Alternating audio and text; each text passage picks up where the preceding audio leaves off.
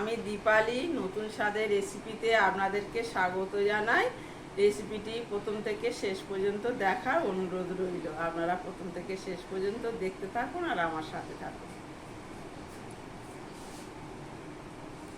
আজকে রেসিপি ঝিঙের ঝাল। ঝিঙের ঝালটা আমি কিভাবে করব দেখুন। প্রথমে আমি ঝিঙেটাকে ছাড়িয়ে নেব।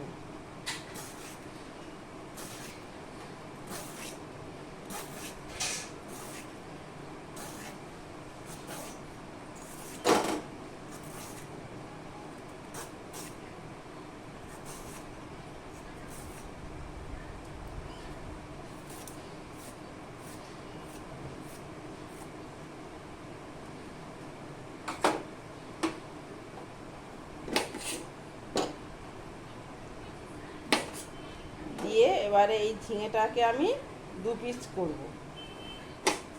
ব্যাস, এইভাবে ওটাও কেটে রেডি করে নেব। দেখি এবার একটু ধুয়ে পরিষ্কার করে নেব। বেশিক্ষণ জলে রাখা যাবে না, ঝিঙের মধ্যে তো জল ঢুকে যাবে। ব্যাস, ধুয়ে রেডি করে নিলাম। দিয়ে দেবো। এখানে আমি 3টে ঝিঙে নিয়েছি। প্রথমে আপনাদেরকে 2টো দেখিয়েছিলাম, কিন্তু 2টোতে হবে না বলে আবার আরেকটা বাড়িয়ে নিয়েছি। এবারে এর পরিমাণ মতো লবণটা দিয়ে দেব। দিয়ে দেব হলুদ গুঁড়ো সব পরিমাণ মতো, দিয়ে দেব সামান্য লঙ্কার গুঁড়ো। এগুলো ভালো করে মেখে আর 10 মিনিট ঢাকা দিয়ে রেখে দেব।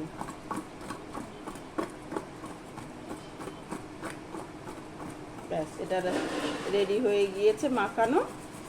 দেখুন কত সুন্দর মাখা হয়ে গিয়েছে। এবারে 10 মিনিট ঢাকা দিয়ে রাখবো। আর আমি একটা মশলা করব। দেখুন, শিলে হোক আর মিক্সিতে হোক, আপনাদের যাতে খুশি তাতেই করবেন।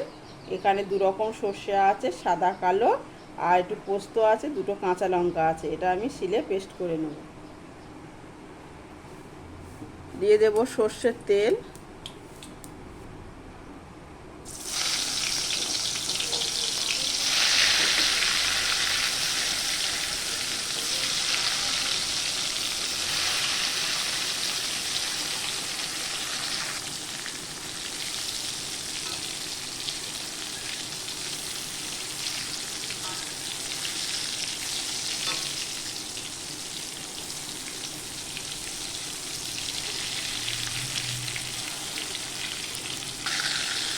এই রকম করে লাল লাল করে ভেজে তুলে নেব।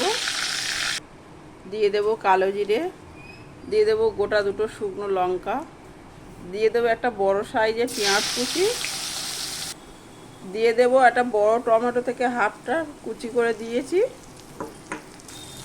দিয়ে দেব পরিমাণ মতো লবণ, দিয়ে দেব হলুদ গুঁড়ো, দিয়ে দেব কাশ্মীরি লঙ্কার গুঁড়ো। কালার হওয়ার জন্য, না দিলেও চলবে। এখানে জিরে ধনে মিশিয়ে 1/2 চামচের হাফ দিয়ে দেব।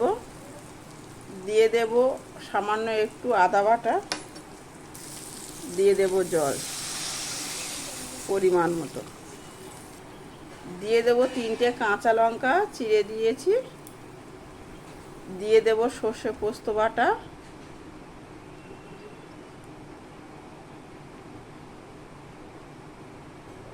ঢাকা দিয়ে দেব 1 মিনিট।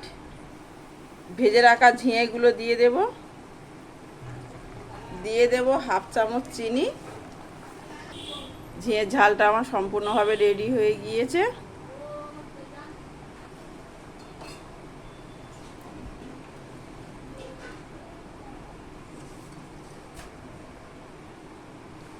কম সময়ের মধ্যে দেখুন এই ঝিঙের ঝালটা রেডি হয়ে গেছে। আর খেতেও খুব সুন্দর টেস্ট, মানে এত সুন্দর খেতে লাগে।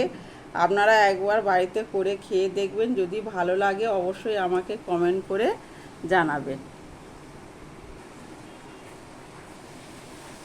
আমার এই ঝিঙের ঝালের রেসিপিটা যদি আপনাদের ভালো লেগে থাকে তাহলে আপনারা অবশ্যই ইউটিউব থেকে দেখে সাবস্ক্রাইব করবেন। আর আমার ফেসবুক পেজ আপনারা ফলো করবেন। সুস্থ থাকুন, ভালো থাকুন। এই বলে আজকের ভিডিওটা আমি এখানেই শেষ করছি।